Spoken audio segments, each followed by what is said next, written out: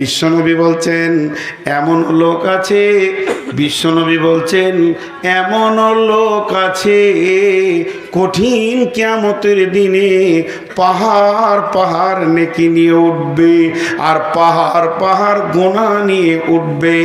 তখন ওই লোক বলবে, আল্লাহ জীবনে এত গুনাহ করিনি, জেনা তো আমি করিনি, চুরি আমি করিনি, মাতাল আমি ছিলাম না।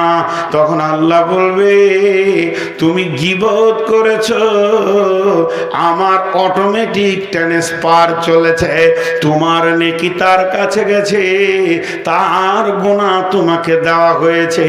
এই গুনাহ কারণে আল্লাহ বলবে, মাবুদ জীবনে এত নেকি করিনি, পাহাড় পাহাড় নেকি দেখছি না। আল্লাহ বলবেন, গোলাম যে তোমার গীবত করেছে তার নেকি তোমার কাছে এসেছে এবং তোমার গুনাহ তাকে ট্রান্সফার দিয়েছে।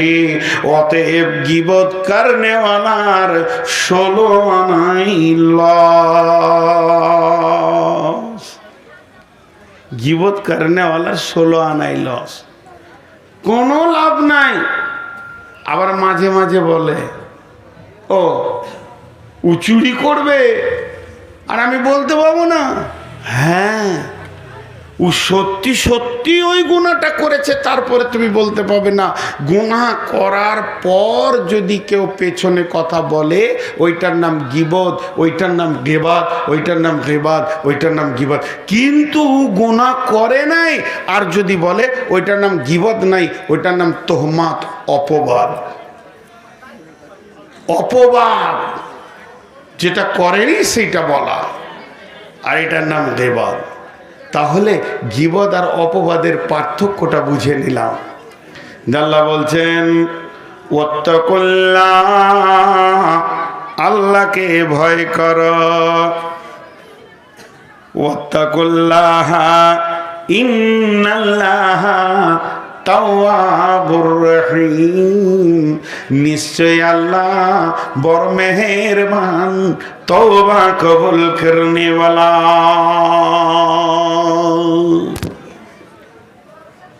বলেন তো, একটা কথা আপনাদেরকে বলেছি, জীব হচ্ছে গোটা শরীরের সেক্রেটারি। চলেন এক একটা পার্টস বলেন। পা 2টো গুনাহ করে, 3টে গুনাহ করে, হার্ডলি 5টা গুনাহ করে। চোখ 1টা 2টা 5টা গুনাহ করে, তার বেশি করে না। তারপরে কান 2টা 5টা 1টা গুনাহ করে, সিরিয়ালের বেশি পাওয়া যাবে না। সরঙ্গা 2টি গুনাহ করে, 3টি গুনাহ করে, তার বেশি গুনাহ করতে পারে না।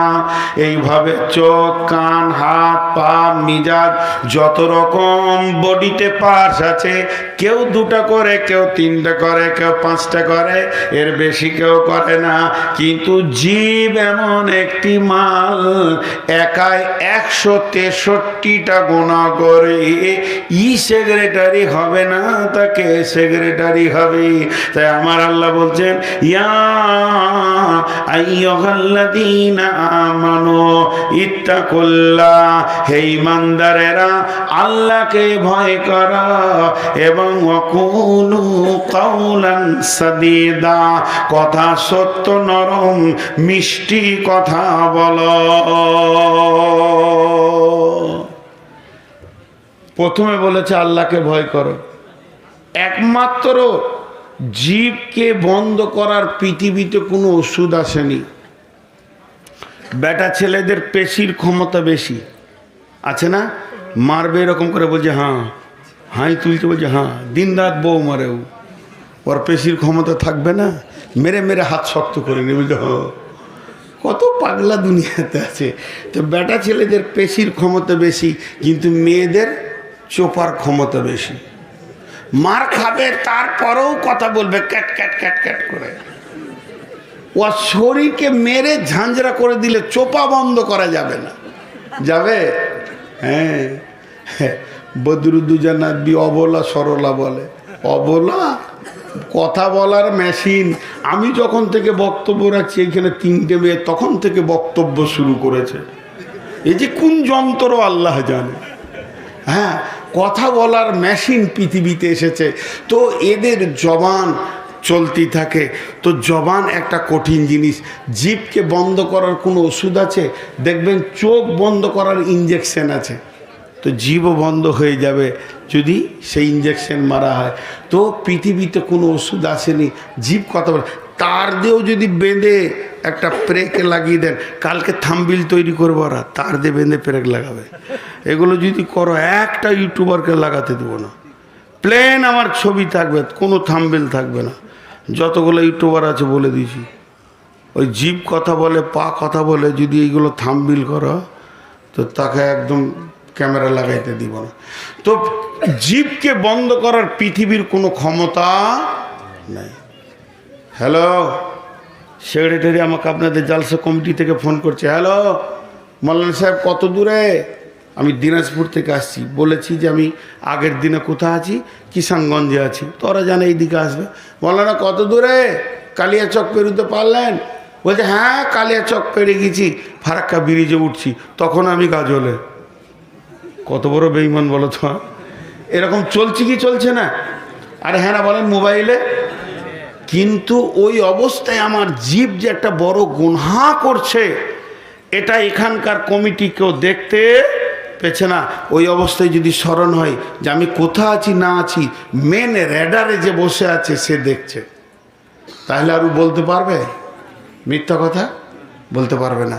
এই জন্যে জীবকে আটকানোর একটাই রাস্তা, সেটা হচ্ছে আল্লাহর ভয়।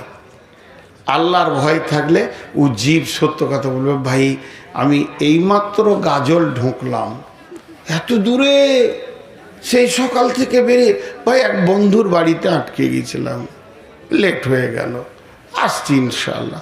বলেছিলাম দুপুরে ভাতটা খাবো, তার হলো না, রুজি নাই, ইনশাল্লাহ সন্ধ্যায় পৌঁছাবো। জি। আর জালসা কমিটি বলবে যে সাড়ে নটায় দিয়ে দিব, যে 12টায় দিবে। এও জিভবে কন্ট্রোল, এও জিভবে কন্ট্রোল। হ্যাঁ, আপনাদের ইমাম সাহেব হাসছে, ও ভাবছে তো ওই রকমই তো করেছি। তো এই যে ভেজাল চলছে সারা দুনিয়াতে, আমি আমভাবে বলছি এইভাবে চলছে। দেখেন তা আল্লাহ তাবারক ওয়া তাআলা কি বলছেন, যে আল্লাহকে ভয় করো তারপরে কথা শুরু করো। আল্লাহকে ভয় করো তারপরে কথা শুরু করো। এরপর আবার কি বলছেন, বিসমিল্লাহির রহমানির রহিম, ওয়াইদা কুনতুম ফাদিলু ওয়ালাউ কানা যা কুরবা। আমার গোলাম রে, যখন তুমি কথা বলবে আদাল দিয়ে বলো। ফাদিলু, আদালত মানে ইনসাফের সঙ্গে কথা বলো, অন্যায় কথা বলবে না।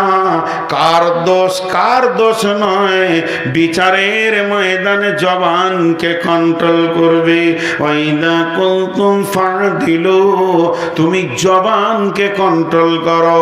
আমার রব বলছে তোমার জবান আছে 32টা সেনার মধ্যখানে, তোমার জবান আছে আমার 2খানা সিআইডির নিচে, আমার সিবিআই আছে তোমার জবানের কাছে, আমার সুপ্রিম কোর্ট রয়েছে তোমার জবানের কাছাকাছি। জবানকে এমন জায়গায় রেখেছি, খবরদার আমার সিআইডিরা লক্ষ্য করছে। 2টি কাস্টম রয়েছে, তার কাছে এতটুকু বেইনসাফি কথা বলবে, তোমার আদালতকে রেকর্ডিং করে আমাকে দিয়ে দেবে। অতএব ইয়া আইয়ুহাল্লাযীনা আমানু ইত্তাকুল্লাহ, হে ঈমানদারেরা আল্লাহকে ভয় করো, তারপরে কথা শুরু করো। ওয়াকুলু কাওলান সাদীদা, সত্য নরম মিষ্টি কথা বলো। এতে কি হবে? কি হবে? ইসলিহ লাকুম আমালাকুম, ইসলিহ লাকুম আমালাকুম, তোমার গোটা বডির সমস্ত আমলগুলো সহি হয়ে যাবে। ওটা আমাকে দিয়ে আসবে বাড়িতে, এখন রাখো। ইসলিহ লাকুম আমালাকুম, তোমার গোটা বডির আমলগুলো সহি হয়ে যাবে। জিভ কন্ট্রোল তো সব কন্ট্রোল। আমি একটা উদাহরণ কি দিই জানো? আমি একটা উদাহরণ কি দিই, দেখবেন জন্ডিস বলে একটা রোগ আছে, আগে খুব দেখা যেত, এখন দেখা যায় না।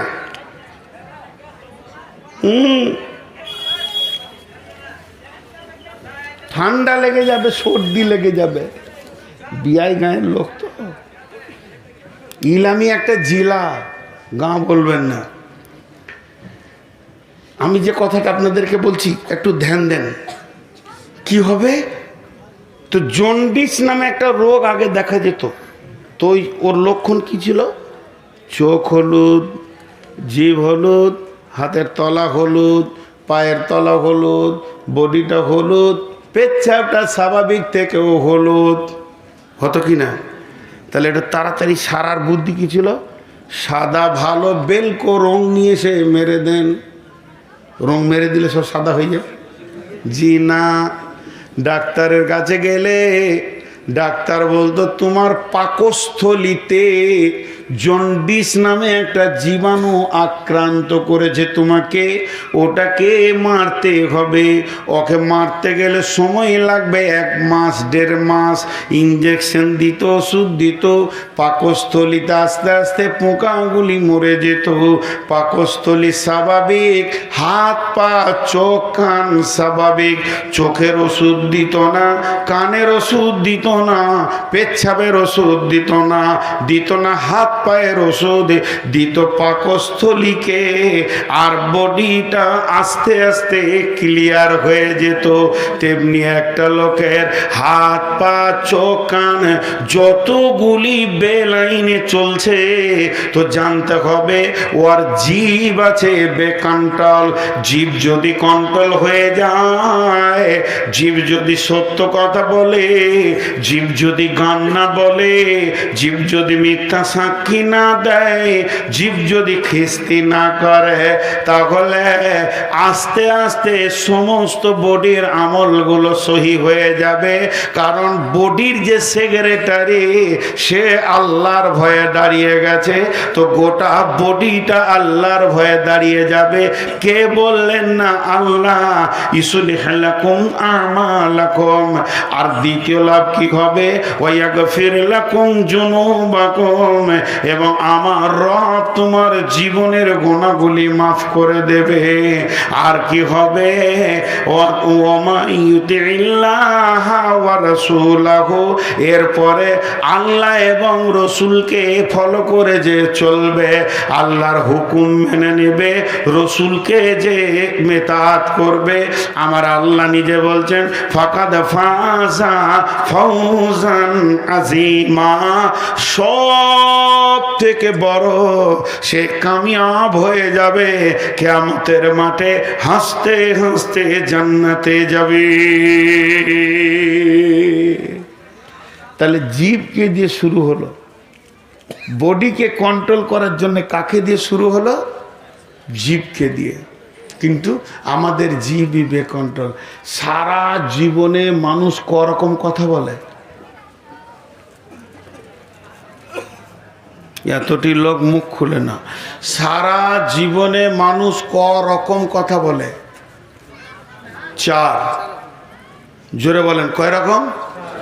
4। এগুলো খুব তথ্যবহুল কথা। সারা জীবনে মানুষ করকম কথা বলে? 4 রকম। ভালো কথা, খারাপ কথা, ভালো কথা, খারাপ কথা, প্রয়োজনীয় কথা, অপ্রয়োজনীয় কথা। ভালো কথা বলে, ভাই নামাজ পড়ো। এই যে আমি এখন বলছি, এগুলো ভালো কথা। আপনিও হয়তো আমাকে বলবেন যে মৌলানা সাহেব কেমন আছেন, ভালো কথা। আর প্রয়োজনীয় কথা কি? আসেন, খেয়ে নেন। বাপ ছেলেকে বলছে বাবা মার্কেটে যাও, মালগুলো নিয়ে এসো, আমি একটু ঘুরে আসি। এই যে আপোষে আলোচনা। মাদ্রাসার শিক্ষক বলছে আরেক শিক্ষককে, ভাই আপনি এগুলো কিনে নিয়ে আসেন, আমি একটু ছেলেগুলোকে দেখে নিই। এই যে ভালো কথা আর খারাপ প্রয়োজনীয় কথা, এগুলো। আর একটা হচ্ছে খারাপ কথা। খারাপ কথা মানে গালি গালাজ, গান বাজনা, নাটক, নানা রকম নোংরা কথা, খিস্তি করে গালি দেওয়া, বন্ধু বান্ধবকেও খিস্তি করা, ইয়ারকি ঠাট্টা করেও খিস্তি করা। বন্ধুরা আবার এগুলো হলো খারাপ কথা। আর একটা অপ্রয়োজনীয় কথা, চায়ের দোকানে বসে bat bat bat bat bat bat bat bat bat bat bat bat বকি যেছে বকি যেছে বকি যেছে, অপ্রয়োজনীয় কথা।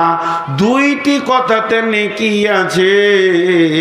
আল্লাহ বলেছেন কাউলুম মারিফুন কাসাজারাতিন কাউলুন তাইয়্যিবাতিন কাসাজারাতিন তাইয়্যিবাতিন।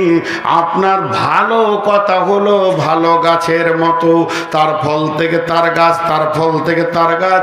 আমি একটা লোককে বলবো বন্ধু নামাজ পড়ো, সে আর কাউকে বলবে ভালো কথা। কালেমাতিন খাবিসাতিন কাসাজারাতিন খাবিসাতিন। আর নোংরা কথা হলো নোংরা গাছের মতো, নিম গাছের আঁটি থেকে নিমই হবে, কিন্তু মিষ্টি ফলের গাছ থেকে মিষ্টি হবে। তো আল্লাহ তাবারাক ওয়া তাআলা বলছেন যে দুইটি কথার মধ্যে নেকি রয়েছে। প্রয়োজনীয় কথা যতগুলি আপনি বলবেন এগুলো সাদাকার নেকি পাওয়া যাবে। কাউলুন মারিফুন কা সাদাকাতুন। আল্লাহর নবী বলেছেন সুন্দর ভালো কথা হচ্ছে সাদকা। কেউ 500 টাকা সাদকা করলো, কেউ 1000 টাকা সাদকা করলো, কেউ 200 টাকা সাদকা করলো। আর আমি যে কথাগুলি বলছি এগুলো হলো সাদকা। আমাকে যে পড়িয়েছে সেটাও হচ্ছে সাদাকা। এরকম একটা সাদাকা। আপনি রাস্তায় চলতে চলতে কাউকে বললেন বন্ধু জুয়াটা ছেড়ে দাও, এটাও একটা সাদাকা। কাউলুন মারিফুন কা সাদাকাতুন, এটা হলো সাদাকা। অতএব ভালো কথা সাদাকা। প্রয়োজনীয় কথা, বিবির সঙ্গে মিষ্টি মিষ্টি করে গল্প করছেন, আনন্দের গল্প করছেন, প্রেমের গল্প করছেন, ছেলের সঙ্গে গল্প করছেন, ছেলেকে নিয়ে আনন্দ দিচ্ছেন, বাপ বেটা একটু ছেলেটাকে নিয়ে আনন্দ করছেন, নাতনিকে আনন্দ করছেন। এই কথাগুলির ভিতরে নেকি আছে, এগুলো ফালতু যাবে না। আমার রব কত বড় মেহেরবান, এগুলির মধ্যে নেকি রেখেছেন। কিন্তু যারা ফালতু ভ্যাট ভ্যাট ভ্যাট ভ্যাট ভ্যাট ভ্যাট ভ্যাট ভ্যাট ভ্যাট ভ্যাট ভ্যাট ভ্যাট ভ্যাট ভ্যাট ভ্যাট ভ্যাট ভ্যাটানি আছে না? আরে আপনাদের এদিকে নাই? ওই চায়ের দোকানে বসেছে তো ওখানটা ময়লাই করে দেয়, যেখানটা বসে খালি ভ্যাট ভ্যাতে নিবে। কিরে বিটু তৈরি ঘাটা দেখছি, এক কাপ চা বল, এই করে করে সারাদিন চা খাই লোকের পয়সায়, আর ওই করে করে করে করে ভ্যাট ভ্যাতি করে। এগুলো হচ্ছে গুনাহ। আল্লাহ তাবারাক ওয়া তাআলা বলছেন এরা জান্নাতে যাবে না। লা জান্নাতে যাবে না কোথায় আছে? কোরআনে আছে। এইটাকে রেখে দিলাম, আর বলবো না। শেষকালে মনে থাকলে বলবো, না হলে বলবো না। ভ্যাট ভ্যাদানিরা জান্নাতে যাবে না, কোরআনের আয়াত আছে, দুটি আয়াত আছে। চলেন জীবদের ব্যাপারে আল্লাহ কি বলছেন আর একটা জায়গায়, ওয়াইলুল লিকুল্লি হুমাজাতিল লুমাজা হুমাজা লুমাজা হুমাজা লুমাজা। গুরুত্বপূর্ণ কথাই জন্য 3 বার বললাম। ওয়াইলুল লিকুল্লি হুমাজাতিল লুমাজা। হুমাজা আলাদা জিনিস, লুমাজা আলাদা জিনিস। আমার আল্লাহ বলছেন আমি একটা জাহান্নাম তৈরি করেছি। 7টা জাহান্নামের ভিতরে ওই জাহান্নামটা নাম হলো ওয়াইল।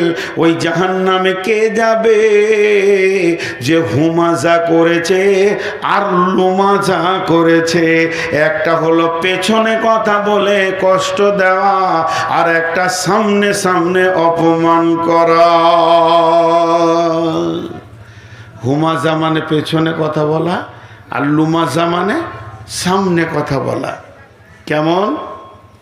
পেছনে কথা বলা মানে মূলবি ভালো নয়, লুটে নিলে দুনিয়াটা কেউ। ভালো হচ্ছে টাকা আমার হচ্ছে, গুনাহ ওরা লিছে। এই যে পেছনে বলা, এটা হলো হুমাজা। আর লুমাজা কি? হ্যাঁ আমি ধরেন সত্যি করে উদাহরণ দিচ্ছি, আমি একটা গুনার সঙ্গে জড়িত আছি। কি না, আমি ধরেন সুদ খাই, আস্তাগফিরুল্লাহ, নোংরা জিনিস, তারপরেও বলছি সুদ খায়। তো আমার চাচাতো ভাই কোনো ব্যবসা কারণে আপনাদের এখানে এসেছে, পরিচয় হয়ে গিয়েছে, তো আপনি কাগজটা দেখাইছেন যে নূর মোহাম্মদ আসছে গো আমাদের জালসা শুনতে, থেকে যাও যে তোমাদের বর্ধমানেরই। তা আপনি জানেন না যে ওটা আমার নিজের চাচাতো ভাই, যে নূর মোহাম্মদ এই সুদারুটা বলে দিলে আর কি, এই সুদারুটা, হ্যাঁ বলে আমার নাম্বারটা লিখেলেন, ওকে বলবেন ও সুদ খেয়েছে, যদি না বলে তো আমাকে ফোন ধরিয়ে দেবেন। আমি গত মাসে 20,000 টাকা সুদ দিয়েছি, তার মানে পাক্কা প্রমাণ আমি একটা পাক্কা সুদারু। এরই ভিতরে দুটো ছেলে জেনে নিয়েছে। দেখবেন কিছু ছেলে আছে সামনে সামনে কথা বলতে ভালোবাসে, ও আবার বলবে আমি কাউকে ভয় করি না। সত্য কথা বলতে ভয় কেন করব? সব সত্য প্রকাশ, যেটা বলেন সব সত্য প্রকাশ। কত হালাল জিনিসকে আল্লাহ গোপন করে দিয়েছে। সব সত্য যদি প্রকাশ হয়, তুমি জেনা করবে তাহলে গোপনে করোটা হারাম, আর বিবি তো হালাল, তাহলে কি হাই রোডে শুবে বিবিকে নিয়ে যে আমি হালাল কাজ করবো, তো গোপনে কেন করবো রে বাবা? সব সত্য প্রকাশ নয়, সব সত্য প্রকাশ নয়, গোপন আছে, বহু সত্য আছে যাকে গোপনে করতে হয়। এমনও দান রয়েছে গোপনে দান করো, ডান হাতে করবে বাঁ হাত জানবে না, এটা হালাল, তারপরেও গোপন। তা ঠিক ওই রকম মহাসত্য গোপন করতে হয়। তো এখন ও বলছে আমি সামনে সামনে বলে দিব, আমি এখান থেকে গাড়িতে নামছি, আর যেই নেমেছি তার অমল সাহেব আপনি নূর মোহাম্মদ নাকি? জি আসসালামু আলাইকুম, আমি অপেক্ষা করছিলাম যে আপনাকে দেখো। তা আপনি তো সুদ খান। আর 50টা লোক ভিড় করে দাঁড়িয়েছে, এই যে আপনার চাচাতো ভাই অমুক নাম, এই যে নাম্বার দিয়েছে, কিছু বলার নেই, এটা বলা যাবে না। আল্লাহ তাবারক ওয়া তাআলা বলছে ও সুদখোর হলো, তুই লোকের সামনে বলতে পাবি না, আবার পেছনেও বলতে পাবি না। হুমাজাতিল লুমাজা, যদি তুমি সামনে পেছনে বলে গীবত করে দাও আর সামনে বলে অপমান করে দাও, তোমার জন্যে জাহান্নাম অয়েল অপেক্ষা করছে, কেউ তোমাকে বাঁচাতে পারবে না। হোমাজা লোমাজা করা যাবে না, আর পেছনে তো বলা যাবে না, কিন্তু আবার গীবত করা জায়েজ, গীবত করা জায়েজ। 5-6 জনের গীবত করা যাবে, মনে আছে কটা দেখি আপনাদেরকে বলি। গীবত করা যাবে। হ্যাঁ, এখানে একটা কথা ছাড়া যাচ্ছিল, এরই মাঝে আপনাদের জালসা কমিটি যিনি সেক্রেটারি, তিনি একটু জ্ঞানী বিচক্ষণ লোক, ও শুনেছে আমি সুদ খাই। যাই চুপ কর, ওটা আমি দেখে নেব, আমাদের মেহমান, কেউ কিছু বলবি না, সবাইকে বলে দিছি। কিন্তু মসজিদে দাঁড়িয়ে বলে দিল মৌলভী সাহেবকে কেউ কোনো অপমান করবি না, তাহলে তো বুঝতে পারবি। তার একটা দাপট ছিল, সবকে চুপ করে দিল। এখন আমাকে সব কিছু জালসা হলো, খাওয়া দাওয়া হলো, বিদায় সিদায় হলো, একটা রোমের ভিতরে ডেকে উনি আর ইমাম সাহেব বা আমার এই স্নেহের ভাই দুজনে মিলে দরজাটা লাগিয়ে এক গাদা বলল, আপনি আলেম মানুষ, আপনি জালসা করেন, আপনার কথায় কত মানুষ হেদায়েত পায়, আপনি সুদের সঙ্গে জড়িত, এটা গুনাহ হবে না। কথাটা বুঝাতে পারলাম? তার সামনে বলো, সকলের সামনে তাকে বলো না, তার সামনে তার কথা বলা যাবে। কিন্তু শুনেলেন 5-6 জনের গীবত করা জায়েজ আছে, 5-6 জনের গীবত করা জায়েজ আছে। সেটাকে নাম্বার 1 ছাত্রের গীবত শিক্ষকের কাছে করা যাবে, উদ্দেশ্য থাকবে জ্ঞান দেওয়া। আপনি আমার শিক্ষককে বলে এলেন আপনার ছাত্রকে ধুলিয়ানে নিষিদ্ধ পল্লীতে ঘুরতে দেখেছি, সিনেমা হলের সামনে দেখেছি, মৌলানা একটু শাসন করে নেবেন। ছাত্রের গীবত তার শিক্ষকের কাছে করা যাবে। ছোট ছোট ছেলেগুলো জুয়ো খেলছে, আপনি এসে ইমাম সাহেবকে বললেন ইমাম সাহেব অমুকের বেটাটা মসজিদে আসছে, একবার দেখবেন ওটা পাকা জুয়ারি, কোন একটা মাতাল মদ খায়। ইমাম সাহেবকে বললেন, ইমাম সাহেব ওই লোকটা তো আপনাকে ভালোবাসে, ঈদের দিনে একটা লুঙ্গি দিল, কিন্তু লোকটা পাকা মাতাল। এটা এই উদ্দেশ্যে বলা যাবে, তাকে ছোট করব না, বরং ইমাম সাহেবকে তার পেছনে লাগাবো যাতে করে মানুষটা মদ ছেড়ে দেয়। এই উদ্দেশ্যে গীবত করা যাবে।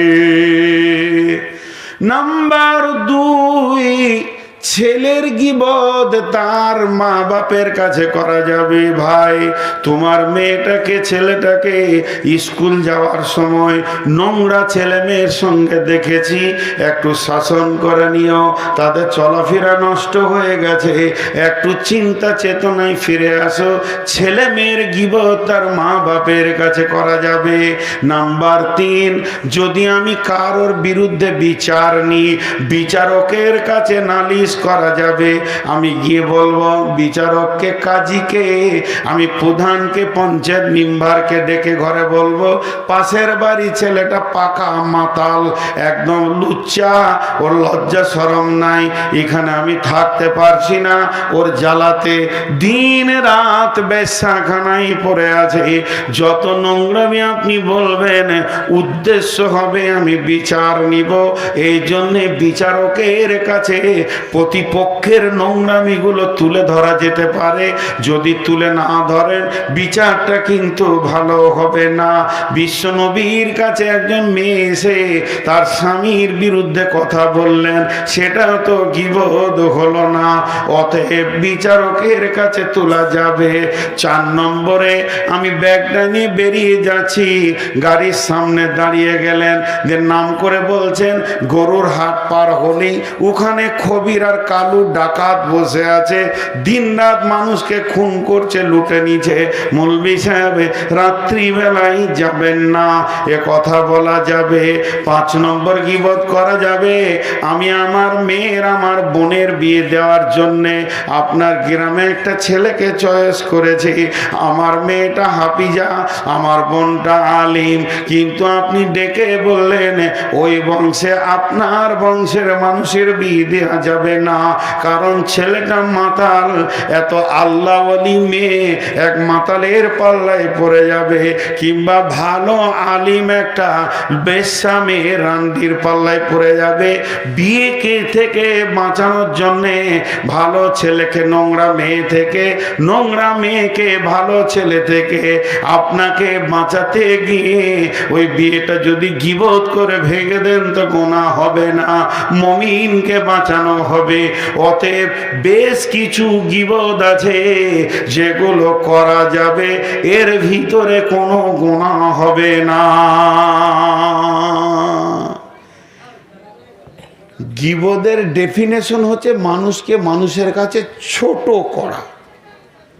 ছোট করা যদি উদ্দেশ্য থাকে গীবত হয়ে যাবে, আর সাবধান করা যদি উদ্দেশ্য থাকে গীবত হবে না। কথাটা বোঝাতে পারলাম? একই জিনিস, একই কথা, খালি নিয়তটা চেঞ্জ করে নেন। আমার নিয়ত, ওকে আমি সাবধান করছি। ছোট ভাইটা মাতাল হয়ে গেছে, বড় ভাইকে ডেকে ফিস ফিস করে বলছি খুব মাতাল, যখন তখন মদ খেয়েছে, ঘুরছে, দেখবি করে 2টা থাপ্পড় টাপড় দিঘা, ও যে নোংরা হয়ে গেছে। এটাতে গীবত হবে না, বরং কাউলুন মারিফুন হবে।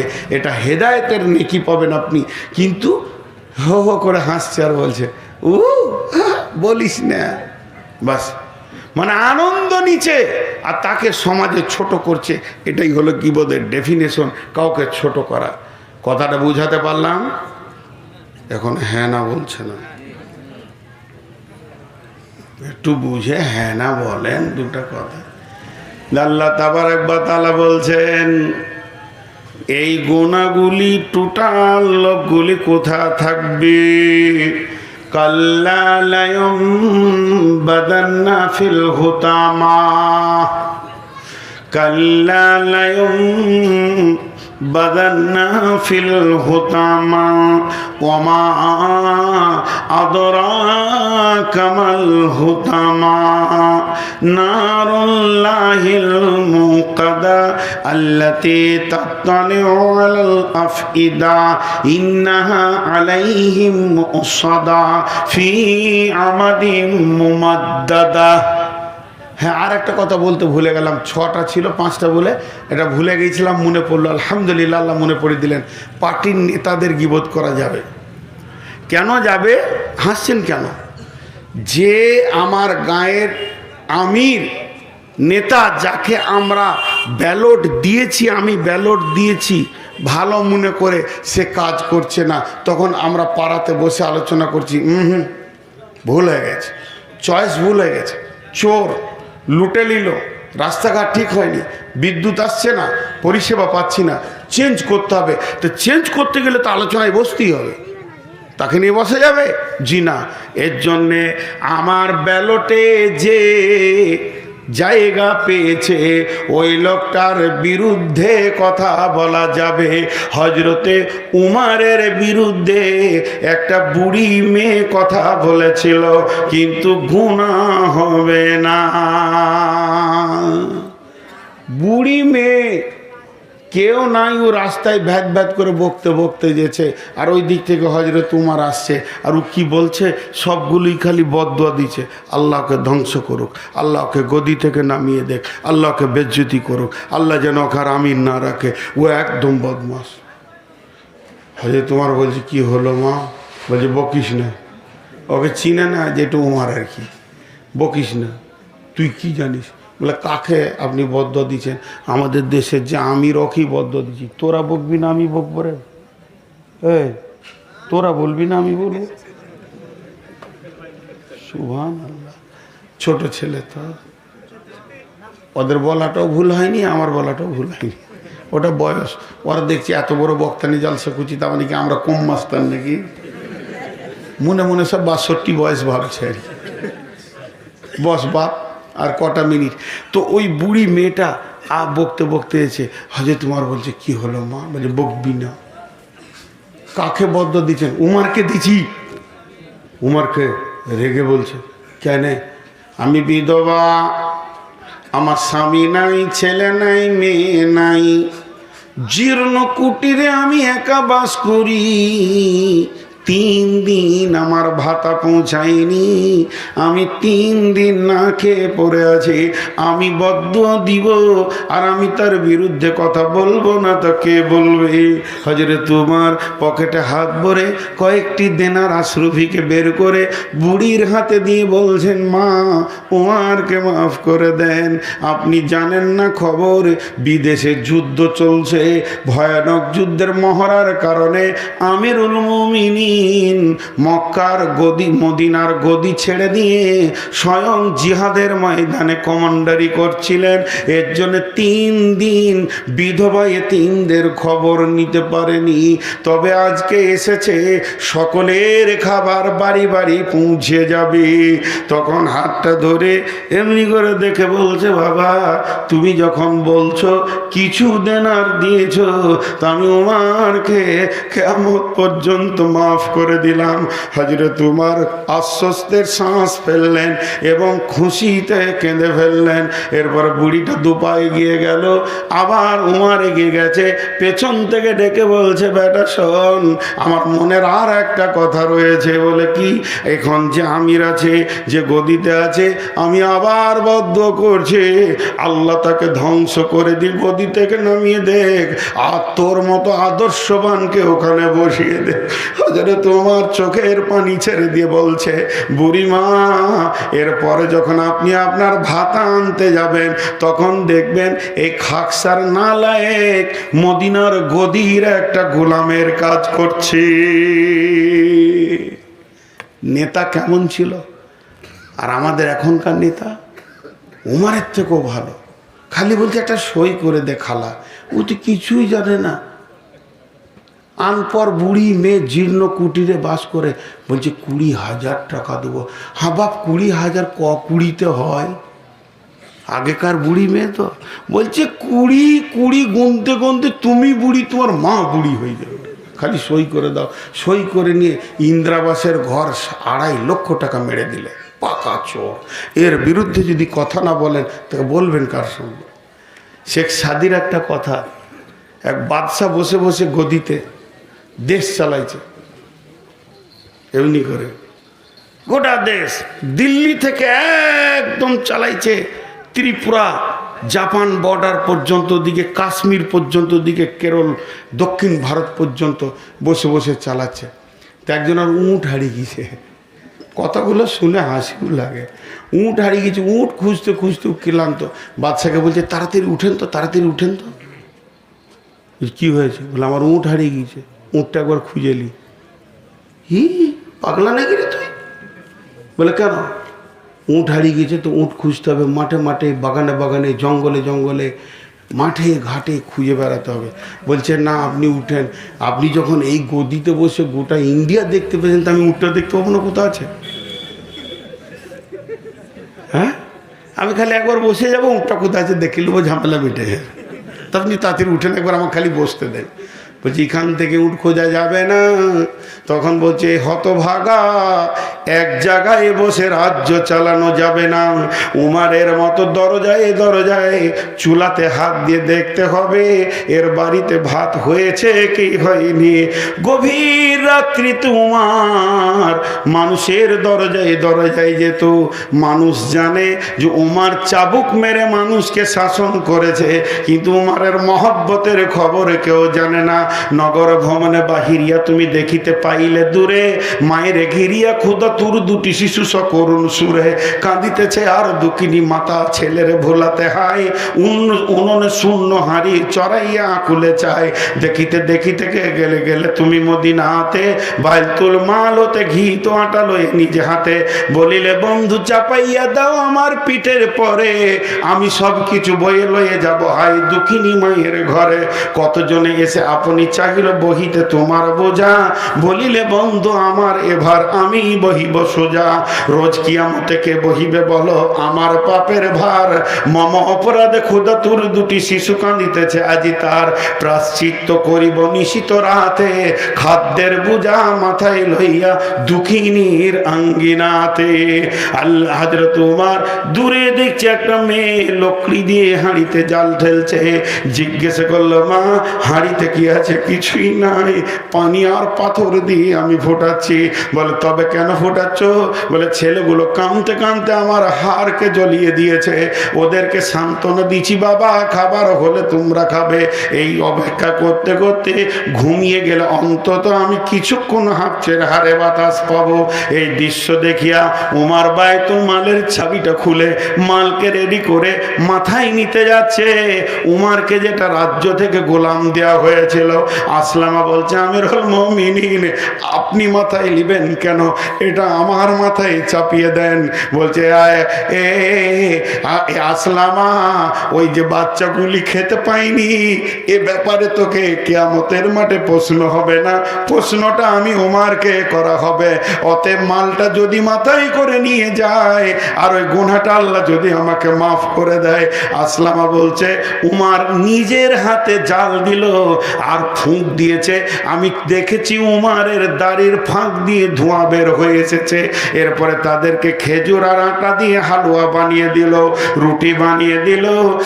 হাতে উমার কিছু দূর আঁধারে হেঁটে আসার পর বলছে আসলামা একটু দাঁড়া। যখন আসলামা দাঁড়ালো তখন ছেলেগুলো রুটি নিয়ে ছেঁড়াছিঁড়ি করছে। উমার অঝর নয়নে কাঁদতে শুরু করলেন। আসলামা বলতেন আমিরুল মুমিনিন আপনি ওদের খুশি দেখে কাঁদছেন কেন? বলে ওরা ক্ষুধার্ত ছিল তখন কেন কাঁদননি? বলে আমি এটা কাঁদি না, এরা আসলামা ওদের মুখের হাসি আমার হৃদয়কে ঠান্ডা করে দিয়েছে, এর জন্য এটা আমার আবেগের অশ্রু বের হচ্ছে। এটা কোন নেতা? এটা কোন নেতা? এর জন্য নেতাদের গীবত করা যাবে। এদের যা চরিত্র বর্তমান নেতাদের, ভোটের আগে বাবু বাবু, আর ভোট হয়ে গেলে তখন ওকে দেখে কে? ওর দরজায় 40 বার গিয়ে খোঁজ পাওয়া যাবে না। তো এই চরিত্রহীন নেতাদের ব্যাপারে গীবত করা যাবে। টোটাল বক্তব্যটা আজকে ছিল গীবতের ওপরে, জীবের ওপরে। তো আমরা জীবকে কন্ট্রোল করব। আমরা জীবকে যদি কন্ট্রোল করতে পারি তো সব কন্ট্রোল হয়ে যাবে। আর জীব যদি বেকন্ট্রোল হয়ে যায় কোনো জিনিস আর কন্ট্রোলের ভিতরে থাকবে না। দেহে যত অঙ্গ গোনা করে জীবের ঢিলামির জন্য অঙ্গ গোনা করে। আর জীব যখন সক্রিয় হয়ে যাব, হে মা ওরে আমার বোন, ওরে আমার বেটি, জীবকে আগে রেডি করি, জীবকে আগে ঠিক করে নিই। জীব যদি ঠিক হয়ে যায় সব ঠিক হয়ে যাবে। হ্যাঁ, আজকে আমরা শেষ। আল্লাহ বলছে যারা জীবকে বেকন্ট্রোল করে, 4টা গুণা গুণে বলে দিচ্ছি। সামনে মানুষকে অপমান করে, পেছনে গীবত করে, মালকে গুনে গুনে জমা করে, আর মনে করে যে আমার মাল আমার সঙ্গেই থেকে যাবে। গুণা 4টা দেখেলেন, আরেকবার গুনে দিচ্ছি। সামনে সামনে মানুষকে অপমান করে, পেছনে গীবত করে মানে কষ্ট দেয়, আর মালকে গুনে গুনে রাখে, আর ওর ধারণা আমার মাল আমার চিরসঙ্গী। আল্লাহ বলছেন কাল্লালায়ুম বাদান্না ফিল হুতামা, কখনোই নয় তোদেরকে হুতামাতে ঢুকতে হবে। অমা আদরাকা মাল হুতামা, নবী হে তোমাকে কে জানালো হুতামাটা কি? না, হুতামাটা কি? নারুল্লাহিল মুকাদা, এটা পেট্রোলের আগুন, এটা ডিজেলের আগুন, এটা কাঠের আগুন, এটা কয়লার আগুন, এটা বিদ্যুতের আগুন। আর আমার আল্লাহ বলছেন হুতামাটা হচ্ছে আল্লাহর হুকুমের প্রজ্বলিত আগুন। সেই আগুনটা কমন। আল্লাহ বলবে ধর, লেপটে ধরে নেবে। আল্লাহ বলবে ছাড়, তবেই ছাড়বে। আল্লাহ বলবে আরো পাওয়ার বাড়াতে, আরো বাড়বে। আর ওই আগুনটা কেমন? যদি আমার গায়ে বিদ্যুতের তার দেওয়া হয়, যেখানেই টাচ করবেন বিদ্যুৎ পাবেন। বিদ্যুৎ এমন একটা জিনিস, রন্ধে রন্ধে, হাড়ে হাড়ে, মজ্জার ভিতরে, রক্তের ভিতরে, হাড়ে আর মাংসের যে পেশিগুলো আছে, কোষগুলো আছে, এর ভিতরে ভিতরে যেমন চলে যায়। আল্লাহ বলছেন নারুল্লাহিল মুকাদা আল্লাতি তাত্তালিউ আলা আফিদা, পৃথিবীর আগুনের চামড়া পুড়ে গেছে, বাকিগুলো ঠিক আছে তো বাঁচানো যাবে। ডাক্তার বলবে রগ পুড়ে নাই, হালকা পুড়েছে, বেঁচে যাবে। কিন্তু আমার আল্লাহ বলছেন ওই আগুনটা তোমার রন্ধে রন্ধে চলবে, তোমার মজ্জাতে যাবে, হাড়ে যাবে, কলিজা জ্বলবে, ফ্যাঁপসার ভিতরে চলবে, কান্দে আগুন, নাক দিয়ে আগুন, শ্বাস নেবে আগুন, শ্বাস ফেলবে আগুন। পৃথিবীর আগুন থেকে 69 গুণ বেশি সেই আগুনটা। এটা চলবে তোমার পেটের নারীর ভিতরে, কলজের ভিতরে, সবগুলি যেন কয়লার মতো দাও দাও করে জ্বলবে। আমার আল্লাহ বলছেন ইন্না আলাইহিম মুসাদা, সেই দিন যখন আগুনটা চালাবো তোকে ছেড়ে দিব, লাফিয়ে বেড়াবি, চলবে না, মজবুত করে বেঁধে দিব। ফিয়ামাদিন মুমাদ্দাদা, পাগলাকে যেমন চিকিৎসা করে শট মারে বেঁধে দিয়ে, তোকে আমার জাহান্নামের ভিতরে খাম্বাতে বেঁধে আমি আগুনটা চালাবো। এই আগুন যখন চলবে তোরা বুঝবি মানুষের পেছনে গীবত করা কি শাস্তি, মানুষের সামনে অপমান করা কি শাস্তি, মালকে জমা করে রাখার কি শাস্তি, আর মাল আমার সঙ্গী হবে এই ধারণাটা করা কি শাস্তি। সেকেন্দার বাজা মরিবার কালে এই ওসিয়ত করেন ওয়ারিস সকলে, মরিলে আমার তরে শোনো বারে বার, কাফনের সাথে হাত বেদনা আমার, সকলিতে মিলে জুলে খাটিলিতে করে, দুই হাতে ঝুলাইয়া লইয়া যাইও মোরে। এই হাল দেখে মোর যত মাখলুকাত আফসোস করিবে আর কহিবে এবার, 7 মুলুকের সেকেন্দারও ছিল, সকলে থাকিল আজ খালি হাতে গেল। হে মানুষ, একটা জায়গায় যদি কেউ প্রেম করতে পারে ওই প্রেমটা মিথ্যা হবে না। বাপের সঙ্গে প্রেম করেন, বাপ মারা যাবে, মায়ের সঙ্গে প্রেম করেন, মা ধ্বংস হবে, বিবিকে ভালোবাসেন, সেও আপনাকে ছেড়ে চলে যাবে, সন্তান ছেড়ে চলে যাবে। মানব যদি হক আমাদের জ্ঞানী বিচক্ষণ, মুরজিয়া আল্লাহর প্রেমে কাটাও জীবন, ভূমিতে আসিয়া তুমি ভবের মেলায়, হেলাই কাটিও না মাতিয়া খেলায়। এ মেলায় বহু লোক আসিয়া ভূমিতে, সব চলে গেল কোথা দেখিতে দেখিতে, সংবাদ তাদের কিছু পাওয়া নাহি যায়। হায় আজ আছে তারা কি হালে কোথায়, নাই সে দেশে কেহ আল্লাহ বিনু আর, করিবে তাহাদের বিন্দু উপকার। দেখিতে আসিলাম মেলা, দেখা হলো শেষ, চলো এবার ফিরে যাই আপনার দেশ।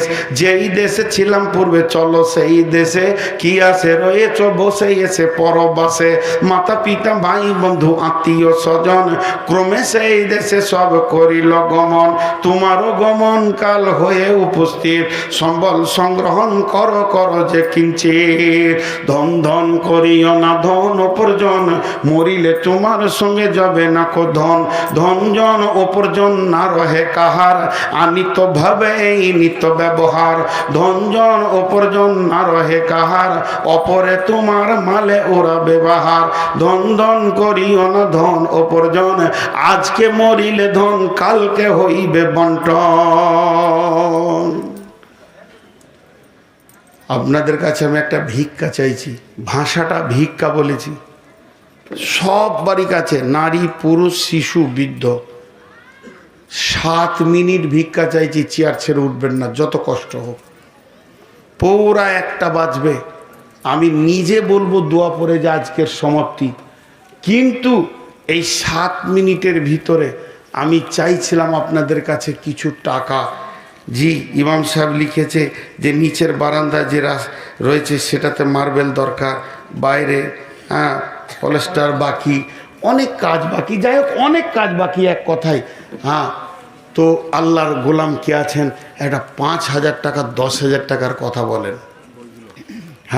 কেউ উঠবেন না কিন্তু, একজন মোবাইলে হাত দেবে না, টাকা লাগাতে দেবো না আর কোনোদিন।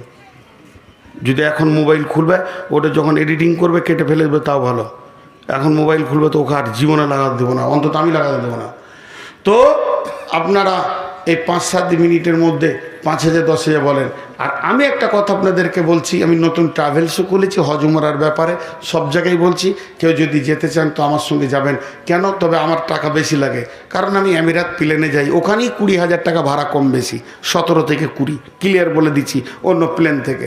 তারপরে তো খাওয়া দাওয়ার সেই মানদণ্ডে আছে, খুব লোয়ার থাকি না, খুব আপার থাকি না, মিডিলটা থাকি।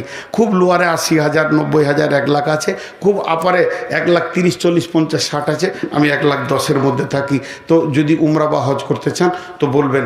আর মক্কা মদিনার সফর, গোটা কোরআনটা মক্কা মদিনায় জন্ম নিয়েছে, মক্কা কি মদিনা কি এটা যদি না জানবো তা কোথা থেকে পাবো? এখন রাখো, আমি যখন বলবো তখন দেবে। তাহলে মক্কা কি মদিনা কি এটা আগে জানতে হবে। আর একটা জিনিস হাতে পায়ে ধরে বলবো, হজ বা উমরা করতে গেলে আলেম ছাড়া যাবেন না, আমাকে বাদ দেন, যে কোনো আলেমকে পান চলে যান। আপনার গ্রামের মসজিদে একজন মাস্টার, একজন ডাক্তার, একজন ইঞ্জিনিয়ার, একজন কোম্পানি, একজন নেতা এসছে, আর একজন গরিব আলেম এসছে, খুতবা কাকে দিতে দিবেন আর ইমামতি কাকে করতে দিবেন? ওই আলেমকে দেবেন, কারণ ওটা জানে। তো আপনি যে জায়গায় কোরআনের জন্ম, যে জায়গায় রসুলের জন্ম, ওই জায়গায় যাবেন। আর সাধারণ কোনো ট্রাভেলসের সঙ্গে চলে যাবেন, দালালের পাল্লায় চলে যান না, খবরদার না। আলিম হবে, যাবেন তার সঙ্গে, আমাকে বাদ দিয়ে চলে যাবেন, তাহলে সে মক্কা মদিনা আপনাকে বোঝাতে পারবে। 10,000টা বেশি লাগুক, এটা আমার আপনার হাত পা ধরে আবেদন, আলিম ছাড়া হজ বা উমরায় নামবেন না। এটা বারবার বলছি, মানে না মানেন বুঝে নেবেন। আপনার বাপ হতে পারে, আপনার বন্ধু হতে পারে, আপনার ভাই হতে পারে, যে এই বিজনেস করছে, তারপরেও যাবেন না। আলিমের সঙ্গে যাবেন, চোখে পানি আসবে। মক্কায় কি ঘটেছিল, রসুল কোন জায়গায় কি করেছিলেন, এটা আলিম বলতে পারবে, জাহেল পারবে না। বিধায় আলিমের সঙ্গে যাবেন। আর আমি ওই মক্কা মদিনাকে কেন্দ্র করে ছোট্ট একটা চটি বই লিখেছি, মাত্র 20 টাকা দাম, এবং 20 টাকা খুচরো নিয়ে বইটা নেবেন। 2 দিকে 2 জন দাঁড়িয়ে থাকবে, একদম পেছনে যাওয়ার সময় নেবেন। এখন কেউ উঠবেন না, এখন কেউ উঠবেন না। এখন আমি আপনাদের সামনে যেটা পেতে চাইছি, 5,000 টাকা আল্লাহর কোনো গোলাম, 10 20 এদিকে আপারে যত দেবেন, আর নিচে আমি 5,000 1,000 চেয়েছি। আল্লাহর গোলাম কেউ আছেন কি দেনেওয়ালা? আল্লাহর গোলাম, রসুলের উম্মত, আমি 7টা মিনিট চেয়ে নিয়েছি আপনাদের কাছে, বেশি চাইনি। একজনও, এ মসজিদ আল্লাহর ঘর, যতটা পরিমাণ আপনি দেবেন অতটাই আপনার থেকে যাবে। আর বাকি যেগুলো ছেড়ে যাবেন সেগুলো আপনার ওয়ারিসের থাকবে। রাসূলুল্লাহ সাল্লাম বলছে, তোমরা নিজের মাল বেশি ভালোবাসো না পরের মাল? সাহাবীরা বলে নিজের মাল। বলে না, তোমরা পরের মাল ভালোবাসো। নিজের মাল তো তোমার ওটাই যেটা তুমি দান করছো, আর যেটা ছেড়ে যেছো তারা ভাগ করার জন্য বসে আছে। আল্লাহর গোলাম কেউ নাই। 1,000 টাকা থেকে আমি 5,000 বলছি, 1,000 2,000 3,000 4,000 5,000 দেনাওয়ালা কেউ নেই এতগুলি লোকের ভিতরে। জি ভাই, একজনও বলবেন না? 2,000 মাসাল্লাহ লিখলাম, আপনাদের তো পরিচিত মানুষ। আর কেউ আছেন? আল্লাহর গোলাম নগদ দিবেন তো ওটা লিখতে হবে না, আর যেগুলো লিখবেন হয়তো পরবর্তীকাল আপনাকে তুলতে হবে, ওই জন্য লিখবেন। মাশাআল্লাহ 1000 টাকা দিয়েছেন। আর কেউ আছেন 1000 2000 দেনেওয়ালা? 1000 2000 দেনেওয়ালা আল্লাহর গোলাম রসুলের উম্মত কেউ আছেন? জায়গা ছাড়িয়েন না, বসে থাকেন, কেউ দেবে ইনশাল্লাহ। আপনার বসে থাকার কারণে কেউ দেবে। 1000 2000 5000 10,000 যা